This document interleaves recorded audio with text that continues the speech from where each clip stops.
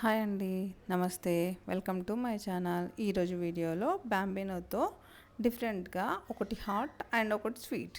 ముందుగా హాట్ని ఎలా ప్రిపేర్ చేయాలో చూద్దాము. బ్యాంబినోని నెయ్యి వేసి బాగా ఫ్రై చేసుకోవాలి. ఎలా అంటే మరీ రెడ్గా కాదు, మరీ బ్రౌన్గా కాదు, గోల్డ్ కలర్లో ఫ్రై చేసేసుకొని ఈ వీడియోలో చూపిస్తున్నట్టుగా నేను బఠానీలు, క్యారెట్ని తురుముకున్నాను. ముందుగా అదే నెయ్యిలో బఠానీలు వేసేసి క్యారెట్ వేసేసానండి, మిర్చి వేసాను. సింపుల్గా నేను మళ్ళీ అది కొంచెం ఫ్రై అయ్యాక ఆయిల్ వేసేసుకొని దాంట్లోనే కొంచెం టేస్టీ కోసం మళ్ళీ నెయ్యి వేసేసి నీళ్ళు మసులుతూ ఉన్నప్పుడు కొంచెం సాల్ట్ వేసేసుకున్నాను.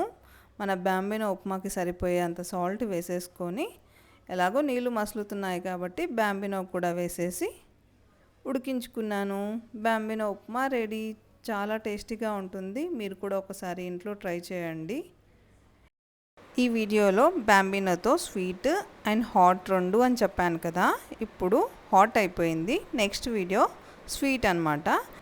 మీకు స్వీట్ ఇష్టమా, హాట్ ఇష్టమా కింద కామెంట్స్లో పెట్టేయండి. ఇప్పుడు స్వీట్ అనమాట. స్వీట్కి కావాల్సింది బ్యాంబినోని ఒక ప్యాన్లో కొద్దిగా నెయ్యి వేసి గోల్డ్ కలర్ వచ్చే వరకు మనం ఫ్రై చేసుకోవాలన్నమాట. ఫ్రై చేసుకొని పక్కకు పెట్టేసుకోవాలి.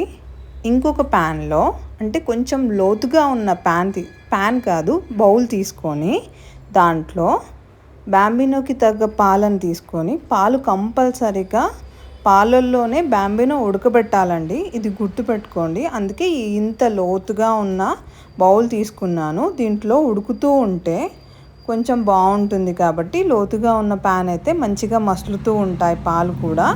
అందుకే ఇంత లోతుగా ఉన్న ప్యాన్ తీసుకున్నాను.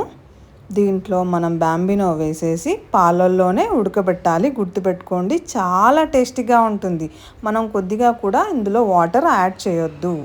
పాలల్లో ఉడుకుతూ ఉంటే బ్యాంబినో చాలా చాలా టేస్టీగా, పాలు కూడా మెల్లిమెల్లిగా మరుగుతూ ఉంటాయి కదా, మసులుతూ ఉంటాయి కదా, పాల టేస్ట్ కూడా చాలా బాగుంటుంది. మనం మరీ పల్చగా కాకుండా, మరీ తిక్కుగా కాకుండా, మనం బ్యాంబినోకి ఉడికిన కొంచెం మామూలుగా ఉండేలా చూసుకొని పాలు మనం పోసుకోవాలండి.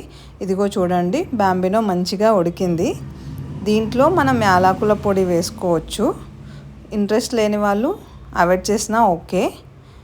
ఇది చల్లారాక మనం షుగర్ని యాడ్ చేయాలి. గరంగా అంటే వేడిగా ఉన్నప్పుడు మనం షుగర్ని యాడ్ చేస్తే కొంచెం పగిలినట్టుగా వస్తుంది.